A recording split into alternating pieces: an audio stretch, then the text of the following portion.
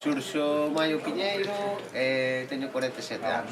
Eu son Olalla Listón Cernadas e teño 42. A miña experiencia do camiño para min foi unha cousa que hai que vivila unha vez na vida. Sí, foi única. Ademais, a nosa experiencia no Camiño de Santiago fomos uns dos primeiros que o fixemos con cans. Había moi pouca infraestructura para poder dormir cos cans nos albergues e tiñamos que levar a tenda de campaña, comida dos cans, pero foi unha experiencia única. Realmente non había infraestructura para cans. Daquela. Pasámolas bastante canitos, para poder... Sí. De feito, non nos deixaban entrar en ningún albergue, ni nos polideportivos que estaban habilitados para poder dormir os peregrinos. No Alto do Poio, que foi no primeiro albergue que dormimos. Sí, pero realmente salimos de día.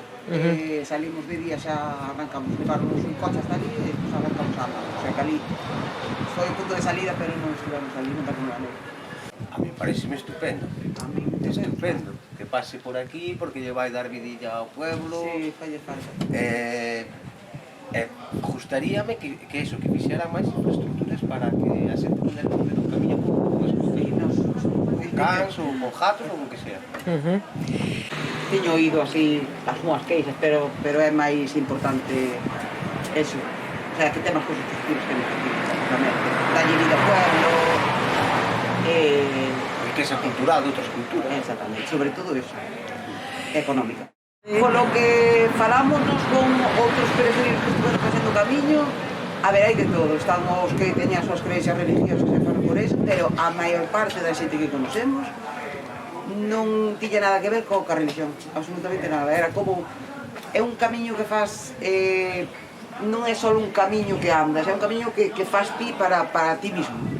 O sea, conoces a ti mismo, falas contigo mismo moito, das e voltas as cousas, a persona que empeza o camiño non é a mesma que acaba, o sea, acabas eres outra persona, moito máis enriquecida en todos os aspectos. A mí encantou. Eu opino o mesmo. É unha experiencia, a maior parte da xente que falamos, vou facer o Camiño de Santiago por segunda vez, por terceira vez, por cuarta vez, pero non por motivos religiosos, cada por vez... motivos religiosos moi pouca xente, vamos, eu... En pandillas, a disfrutar.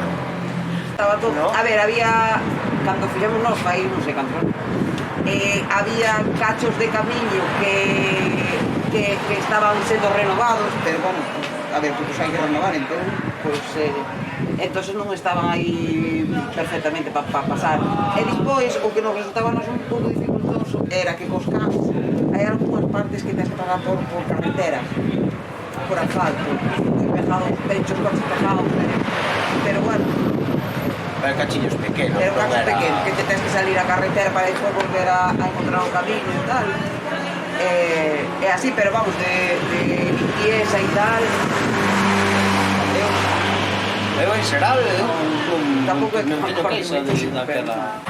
Aquí o que faltaría era traballo, por exemplo, intentar recuperar antiguas fábricas vellas de conserva que había, incluso Conservas Calvo que cerrou e agora tamén está aí cerrado esas naves, intentar fomentar montar algo, o rodaballo, o marisco, que aquí temos moito potencial, ou incluso o turismo, o balneario, calquera cousa.